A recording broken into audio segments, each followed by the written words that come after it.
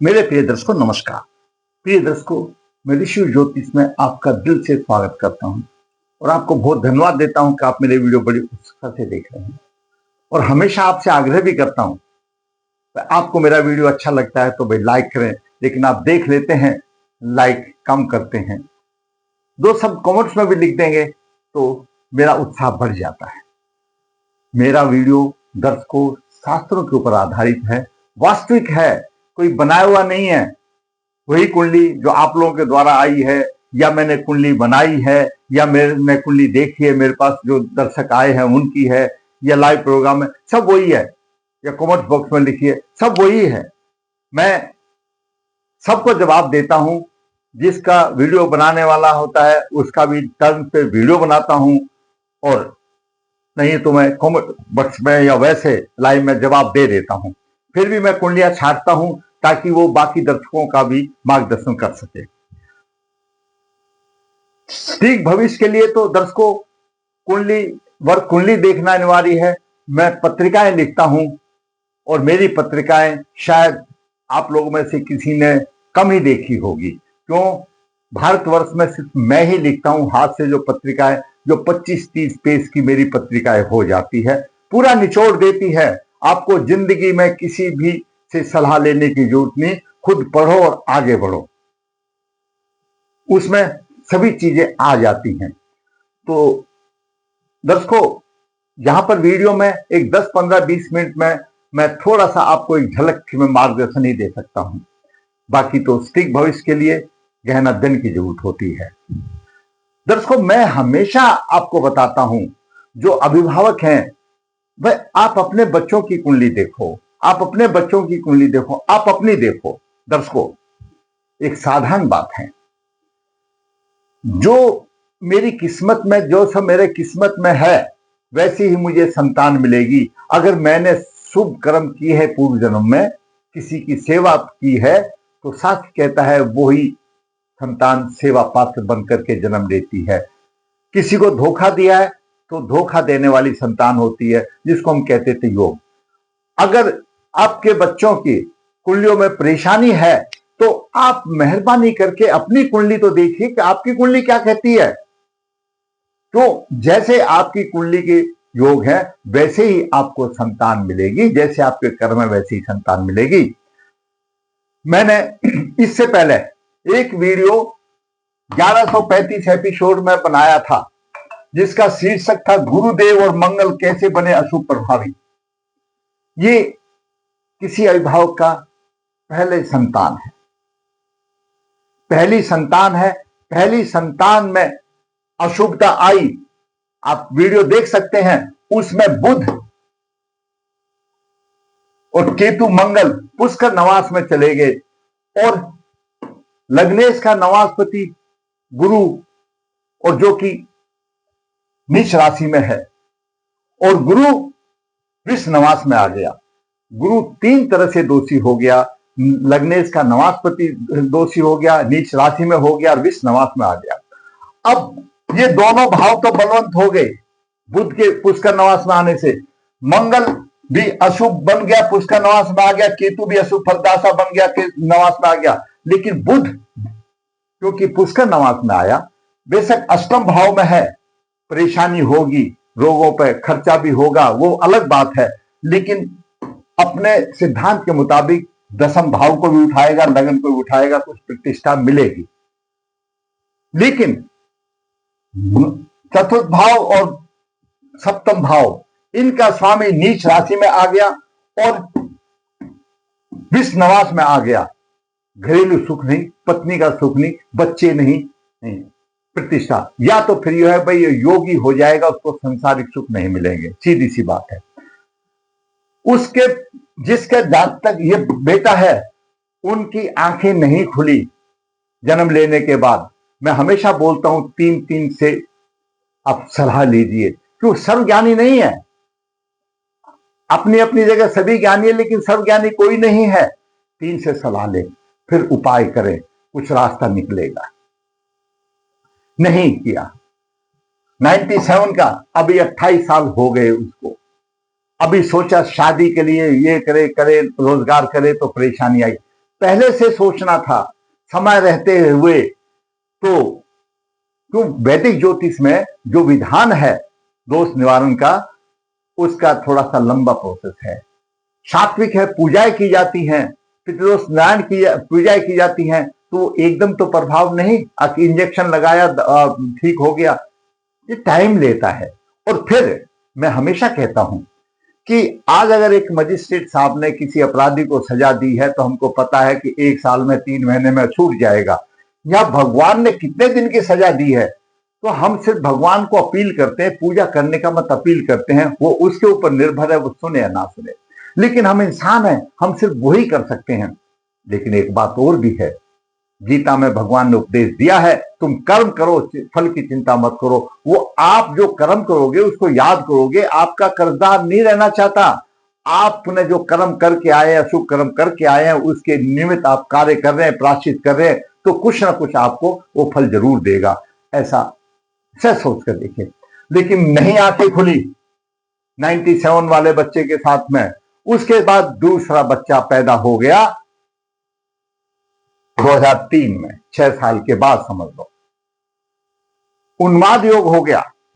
उन्माद योग एक किस्म से बुद्धिहीन जड़त्व योग या हाफ माइंड, पागलपन जैसा, ऐसा होता है उन्माद योग, वो हो गया। अब जब आंखें खुली हैं, क्या है, पहले ही जब समय से पहले ही उसका दोष निवारण करते, तो जो इनके पूर्वज जो तड़प रहे हैं कुछ रहम दिल होकर के, जो दूसरा बच्चा जो मिलता, खुद करते, कोई बात नहीं, अपनी कुंडली को देखते कि भाई मेरी कुंडली में क्या है जो मुझे ऐसी औलाद मिल रही है। अपनी कुंडली भी नहीं देखा, देखना चाहिए था, लेकिन नहीं ध्यान दिया। क्यों? विधि का विधान है, कर्म भोगना है, इसलिए ध्यान तो तब दोगे जब ऊपर वाला आपके दिमाग को भोग की तरफ घुमाएगा। उसकी मर्जी से पत्ता नहीं हिलता। मैं साफ कहता हूं, अगर उसकी मर्जी होती तो पहले भी करता, भगवान की मर्जी नहीं थी, ऐसा ही सोचो। तो जातक का जन्म हुआ उन्माद योग में, शनि और राहु परम विनाशकारी बन गए, और यहां पर भी राहु और शनि का ही करिश्मा था। यहां पर भी राहु करिश्मा था, मंगल यहां पर विनाशकारी बन गया, धनिष्ठा नक्षत्र में मंगल विनाशकारी बन गया, पुष्कर नवास में आ गया, और यहां पर राहु और शनि ये अशुभ फलदाता बन गए। लगन में राहु और सप्तम में शनि, और गुरु नीच राशि में गुरु 3 तरह से दोषी हो गया। दो भावों का दोषी विष नवास में, और लग्नेश का नवासपति गुरु नीच में। तो लग्नेश उच्च पुष्कर नवास में आ गया, ठीक है, लेकिन उसको एनर्जी, उसको पावर तो गुरु से मिलेगी। गुरु तो नीच नवास में है, विष नवास में, तो कहां से जागृत होगा? वहीं के वहीं, जैसे हुआ कोई गुब्बारा ठुस हो जाता ना, हवा निकल जाती है, वो हिसाब यहां पर हो गई। मैंने वीडियो 1135 में बताया, आप दोबारा देख लेना। जातक के पिता ने प्रश्न किया, इसकी हमने कुंडली देखी, हमने कहा इसका गहन अध्ययन के कुंडली बनानी पड़ेगी। ये आज मैंने जातक की कुंडली कंप्लीट की है। 35 पेज हाथ से लिखे हैं, इतनी बड़ी कुंडली शायद किसी ने देखी होगी, और तब मैं ये वीडियो बना रहा हूं। सभी का इसमें लिखा है, उसका एक सारांश आपके सामने ले रहा हूं। उन्माद योग, शनि और राहु परम विनाशकारी बने, सभी प्रकार के सुखों की हानि। बालक का जन्म 9/12/2003 कृष्ण पक्ष मृगशिरा चरण 2 मंगलवार को 2:45 PM पर हुआ। मृगशिरा नक्षत्र योनि सर्प है। शास्त्र बताता है कि इस बालक की पूर्व जन्म में सर्प दंश से मृत्यु हो गई थी। काल सर्प दोष हो या ना हो, जिसकी सर्प योनि है वो उसको तीव्र काल सर्प योग माना जाता है। और उसमें भी अगर ग्रह पीड़ित हो राहु से तो और तीव्रता बढ़ जाती है। लगन में मेष का राहु 24 डिग्री लेकर के बजा हुआ, चंद्रमा 28 डिग्री के उच्च राशि में, और तीसरे भाव में शनि 17 डिग्री लेकर के है।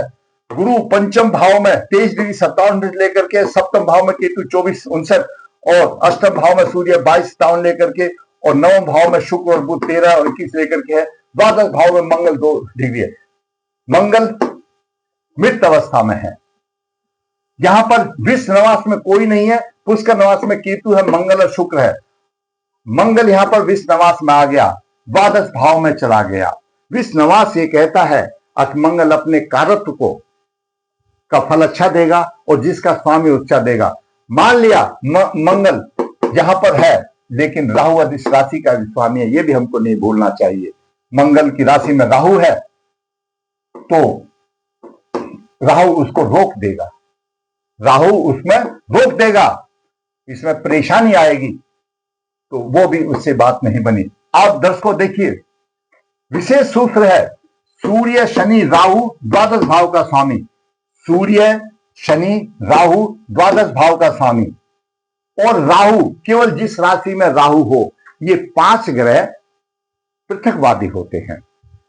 आपकी कुंडली में अगर इनमें से 2 अकारक हो और 2 का प्रभाव, एक का नहीं 2 का प्रभाव किसी ग्रह पर जाए, किसी भाव पर जाए, तो उससे संबंधित पृथक कर देते हैं, वो ग्रह उस भाव का फल नहीं दे सकता, सीधी सी बात है। अभी मेष लग्न की कुंडली में शनि और राहु अकारक है, क्यों? शनि लग्नेश का शत्रु है और मेष का राहु अशुभ आ गया, राहु तो वैसे ही शत्रु हो गया, तो अकारक है। अब यहां से समीकरण चलता है दर्शकों, देखो हम राहु से ले लेते हैं। राहु की पंचम दृष्टि गुरु पर आ गई और शनि की तीसरी दृष्टि गुरु पर आ गई। शनि का तीसरी दृष्टि का प्रभाव, राहु की पंचम दृष्टि का प्रभाव गुरु पर आ गया, पृथक कर दिया। गुरु संतान का कारक है, गुरु ज्ञान है, गुरु धन का कारक है और भाग्य का स्वामी है, और द्वादश भाव इनका स्वामी है। हानि हो गई, गुरु किसी का भी फल नहीं दे सकता, गुरु किसी का भी फल नहीं दे सकता, क्योंकि पृथकता ला गई, शनि का राहु का प्रभाव आ गया गुरु के ऊपर। ये बिल्कुल सिद्धांत ज्योतिष में रजिस्टर्ड है। उसके बाद दूसरी बात ये, दर्शकों जो 5 ग्रह के होते हैं ना, उनकी युति में तो फिर भी रहमदिल हो जाता है कि साथ में बैठे हैं। जैसे किसी गाड़ी में दोनों जाए, एक भद्र पुरुष, एक कैसे भी लगा लो पुरुष, तो सारे अच्छे होते हैं। कहने का मतलब 5 ग्रह और शुभ ग्रह दोनों हो तो बैठे हुए तो थोड़ा सा हल्का हो जाता है, लेकिन 5 ग्रह की दृष्टि तो सबसे ज्यादा खराब है। दृष्टि के द्वारा ये गुरु पीड़ित हो गया और बेहतर किस्म का चंडाल योग बन गया। गुरु तो पीड़ित हो गया, शनि दे दिया चंडाल योग का भी। चंडाल मतलब गुरु पृथकवादी हो गया। गुरु इस कुंडली के लिए निल हो गया, कुछ नहीं काम कर सकता, ना भाग्य का साथ दे सकता, न कहीं पर भी कुछ नहीं दे सकता, ना धन दे सकता, ना संतान दे सकती, वंश की हानि होगी। फिर दूसरा, शनि और राहु का प्रभाव, राहु की 9वीं दृष्टि है, शनि की 7वीं दृष्टि है, यहां पर आ गई दर्शकों। ये दोनों गए, 9वां भाव भी गया, शुक्र भी गया, बुध भी गया, इन पर भी पृथाजनक प्रभाव पड़ गया। शुक्र अपने फल नहीं दे सकता, बुध अपने फल नहीं दे सकता, पृथाजनक हो गया, भाग्य की हानि हो गई। स्पष्ट बात क्लियर हो गई, स्पष्ट हो गया। शुक्र विवाह का कारक है, 7वें भाव का स्वामी है, गया, शादी भी नहीं हो सकती। बुध 6ठे भाव का स्वामी, सेवा 3ठे भाव का पराक्रम भी गया, यानी ये गया। और शनि का यहां पर प्रभाव है और राहु का यहां पर प्रभाव है, 7वें भाव में भी प्रभाव है। तो ये सूर्य भी पाप करती योग में आ गया। राहु शनि का यहां पर प्रभाव है इस भाव में और राहु का यहां पर है, सूर्य के दोनों तरफ प्रभाव है। सूर्य भी पाप प्रकृति योग में, पाप प्रभाव में आ गया और चंद्रमा भी उच्च का है। शनि और राहु से ये भी पाप करती योग में आ गया। इसके दोनों तरफ पाप ग्रहों का प्रभाव है और शनि राहु का सूर्य पर भी प्रभाव है, क्योंकि 7वें भाव पर पाप प्रभाव हो गया, 9वें भाव पर पाप प्रभाव हो गया, तो सूर्य की तरफ भी दोनों पाप प्रभाव हो गया। इसको कहते हैं पार्श्वगामी दृष्टि का प्रभाव। सूर्य भी बंध गया, अपना काम नहीं दे सकता, चंद्रमा भी बंध गया, अपना काम नहीं दे सकता, गुरु भी पिट गया, शुक्र भी पिट गया, बुध भी पिट गया। ये स्थिति आ गई, समझ में आ गई। अब देखिए दर्शकों, मेष लग्न के शनि राहु अकारक है, वो तो मैंने बता दिया, तभी तो पिट गए। अभी क्या है, बुद्धि के घोतक अंक। मैंने पहले बहुत वीडियो बनाए हैं बच्चों के कि शिक्षा आप प्रतियोगिता में अंक क्यों नहीं आते, प्रतीक्षा में अंकों की कमी क्यों, परीक्षा में अंकों की कमी क्यों आती है। बुद्धि के घोतक अंक उसमें काम करते हैं। हमारी बुद्धि के घोतक अंक है, जो कोई बड़ा हो छोटा भी हो, उन पर भी विचार कर लो, पहले भी किया है। जो नए जुड़े हैं, शायद नहीं जुड़ा हो, आप अपने बच्चे, आपका बच्चा पढ़ाई में ठीक नहीं रखता, आप प्रतियोगिता में पीछे रह जाते हैं, तो जो ये आज मैं ये जो योग बता रहा हूं, इनको आप अपनी किताब में नोट कर लो और अपनी कुंडलियों में, अपने बच्चों की कुंडलियों में देखिए कि आपके अंक क्यों नहीं आते। बुद्धि के अंक, बुद्धि के घोतक अंक है लगन। ये लगन, लग्नेश, बुध बुद्धि का कारक है। पंचम भाव और पंचमेश, ये घोतक अंक है बुद्धि के। उसके बाद है मन, इमोशंस, दोनों काम करते हैं। मन, इमोशंस, जो मन को नहीं समझते तो इमोशन समझेंगे। इमोशन के अंक है चतुर्थ भाव, चतुर्थ भाव का स्वामी चंद्रमा, और ज्ञान है गुरु। ये 5 यहां पर, 4 यहां पर, 9 अंग बनते हैं ये टोटल। अभी इन 9 अंगों में से हम देखते हैं इस बालक के कौन कौन से अंग क्या प्रभावित हैं। पहले बुद्धि के घोतक अंग चलते हैं। पंचम भाव, पंचम भाव पीड़ित है। पंचम भाव पीड़ित है क्योंकि शनि और राहु का प्रभाव है। शिक्षा, संतान में परेशानी, और पंचम का कारक ग्रह गुरु संतान का कारक है, वो भी पीड़ित आ गया, बाद में देखेंगे। पंचमेश, पंचमेश सूर्य है, सूर्य के दोनों तरफ ये अशुभ प्रभाव है। पंचमे भी शुभ प्रभाव मानी अष्टम भाव में चला गया, आ गया। उसके बाद लगन और लग्नेश, लगन अपने आप में पीड़ित है, लगन भी अपने आप में पीड़ित है, हमने क्रॉस कर दिया। लग्नेश पीड़ित नहीं है, हम इसको टिक कर देते हैं, लेकिन मृत अवस्था में है, 2 डिग्री है, लेकिन चलो फिर भी हम मृत अवस्था में कर देते हैं। और वह पुष्कर नवास में भी आ गया तो कोई बात नहीं, एक लग्नेश अच्छा बना। जब पुष्कर नवास में आ गया तो अंशों की अहमियत खत्म हो गई, तो लग्नेश यहां पर शुभ आ गया। अब बात करते हैं बुध। बुध यहां पर शनि और राहु से फिर पीड़ित हो गया, ये भी पीड़ित हो गया, बुध भी पीड़ित हो गया। इन 5 में से एक लग्नेश बचा थोड़ा सा, बाकी 4 पिकेट आउट हो गए। 10 को 4 पिकेट आउट हो गए जो मैंने क्लास लगाए, 5 में से एक बचा लगने। ठीक है, अब है मन, इमोशन के। इमोशन के घोतक अंक कौन से हैं? चतुर्थ भाव। चतुर्थ भाव ओके है, इसमें कोई दिखाई नहीं दे रहा चतुर्थ भाव में। ठीक है, चतुर्थ का स्वामी चंद्रमा यहां पर पाप करती योग में आ गया। चतुर्थ का स्वामी यहां पर, चलो अब चतुर्थ भाव ओके, चतुर्थ का स्वामी यहां पर आ गया, और चंद्रमा पहले ही चंद्रमा खुद आ गया, चंद्रमा पीड़ित है। अब है ज्ञान है गुरु, गुरु पहले से पीड़ित है। अब इस इमोशंस में एक चतुर्थ भाव बचा है और इसमें लग्नेश बचा है, और यहां पर घट गया। तो यानी 9 अंगों में से उसके ये कह सकते हैं 2 लग्नेश और चतुर्थ भाव ये ठीक हैं। अब 9 में से 2 ही तो ठीक हुए भाई, 7 तो वॉश आउट हो गए, तो उन्माद तो होगा ही, बुद्धि कमजोर होगी, जिसको पागल कह देते हैं, जिसको हाफ माइंड कहते हैं, जिसको समझ नहीं आती किसी भी चीज की, उसी का नाम है उन्माद योग। 9 अंगों में से 2 ही तो काम कर रहे हैं, एक मंगल काम कर रहा है, एक चतुर्थ भाव काम कर रहा है, बाकी तो है ही नहीं। अगर चतुर्थ भाव को भी हम पार्शली देखें, गहराई से देखें, तो ये भी अशुभ प्रभाव आ जाता है। यहाँ शनि है, यहाँ पर भी प्रभाव है, राहु और शनि का प्रभाव है, लेकिन चलो आधा पैदा मांग लिया है, तो ये भी पीड़ित, क्योंकि चतुर्थ भाव से पहले शनि का प्रभाव है और पंचम भाव में शनि और राहु का प्रभाव है, तो ये भी कहीं ना कहीं पीड़ित हो जाता है, ये भी पीड़ित हो जाता है। तो सही तो एक ही बचा, मंगल ही बचा, उसके बलबूते पे चल रहा है। आप देखो, पहले सोचा नहीं, उसके बाद न्याय के देवता और राहु ने, न्याय के देवता शनि हैं, आपने जो पहले अशुभ कर्म किए हैं वो आपको भोगोगे। अगर आप शुभ कर्म करके आए तो अच्छी संतान मिलती, वो संतान भी ऐसी ही मिलेगी जो संतान पिछले जन्म में अशुभ कर्म करके आई है।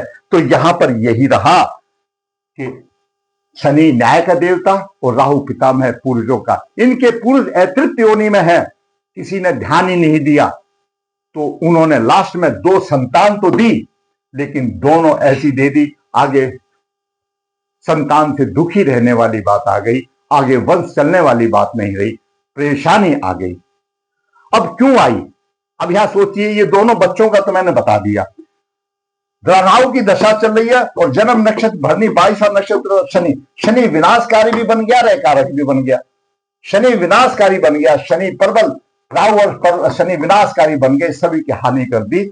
और राहु और शनि ने सब ग्रह को, जिसको साधारण भाषा में बोलते हैं ना, सबको बांध कर रख दिया, सबको पीड़ दिया, कहीं नहीं हिलने दिया।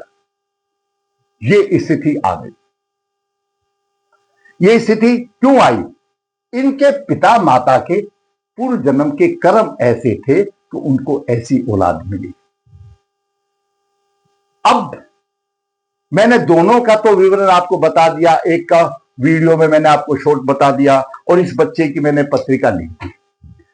अभी आप विचार कीजिए, मान लिया ये इनकी शांति करा देते हैं, पूजा कराते हैं, तो जो दोष है वो निकलवा देते हैं।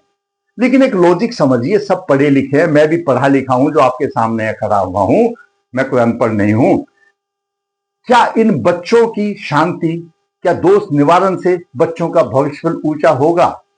आप सोचना और फिर कमेंट बॉक्स में लिखना। मैं कहता हूं नहीं होगा। क्यों नहीं होगा?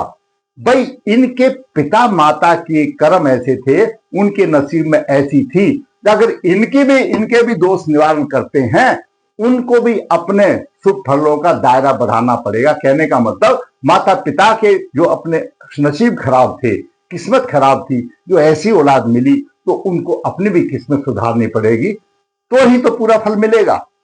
अगर मैं ठीक कह रहा हूं, आप कमेंट बॉक्स में अवश्य लिखना, सोचना, विचारना। ऐसा नहीं है आप लोग देखते हैं और बस चले जाते हैं, राम राम गुरुजी, राम राम गुरुजी, राधे राधे।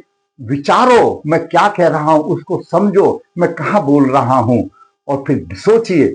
मैं शास्त्र के आधार बोल रहा हूं।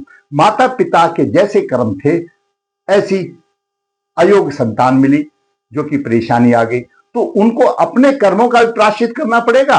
अपने कर्मों का प्रायश्चित करें माता पिता, और इन दोनों बच्चों के जो दोष आ गए हैं, पितृदोष आ गए हैं, इनके लिए जो ने किया, राहु ने गुरु को पीड़ित किया, शनि ने इनको किया, ये सारे दोष जितने भी आ गए हैं, परलोक पितृदोष है, पूरे ग्रह पीड़ित हैं, तो उनकी शांति करें और फिर छोड़ दे फिर प्रभु के ऊपर। मैंने आपको गहराई से बताया है, क्योंकि मैंने इनके सभी वर्गों तक देखा है, और कुंडली में मैंने इतनी शांतियां लिख दी है। क्यों? कुंडली में और भी ग्रह पीड़ित है, जैसे ग्रह राहु यहां पर पीड़ित आ गया नवास कुंडली में, तो ये तब इनकी शांति होगी, तब बच्चों की राह आसान होगी, जब इनके माता पिता अपने भी अशुभ कर्मों का प्रायश्चित करें, तो हो जाएगी। क्योंकि उनको, उनके नसीब में ऐसा था। दुख भोगने वाली बात है। हर आदमी सोचता है हमारे पास बच्चा हो, घर में हो, अच्छा पढ़ा लिखे, और हर माता पिता ये सोचता है अपने रिसोर्स से कहीं बढ़ करके उसकी संतान आगे निकले, और जब उसकी संतान आगे नहीं निकलती है तो ये दोष आ जाते हैं, जो पूर्व जन्मों के कर्म का प्रायश्चित है, भोगना पड़ेगा, नहीं है तो भोगना ही पड़ेगा। पितृदोष निवारण करें, जितने ग्रह पीड़ित हैं उनका उपाय करें, और लगन में गुरु का, चंद्रमा का और मंगल का लॉकेट धारण करें, सूर्य को विधिवत अर्घ दे, पितरों को अर्घ दे, तुलसी माता को सुबह 1 लोटा जल दे दोष निवारण के बाद, और फिर शादी से पहले अर्घ विवाह करें, फिर छोड़ दे श्री प्रभु के ऊपर। हम यही कर सकते हैं, जो करना था, जरूर वो फल देंगे। अगर आपको मेरा वीडियो अच्छा लगा तो आप लाइक करें, शेयर कीजिए, और जिसने चैनल सब्सक्राइब नहीं, सब्सक्राइब कीजिए, ताकि आने वाली भी अपडेट आपको मिलती रहे। धन्यवाद।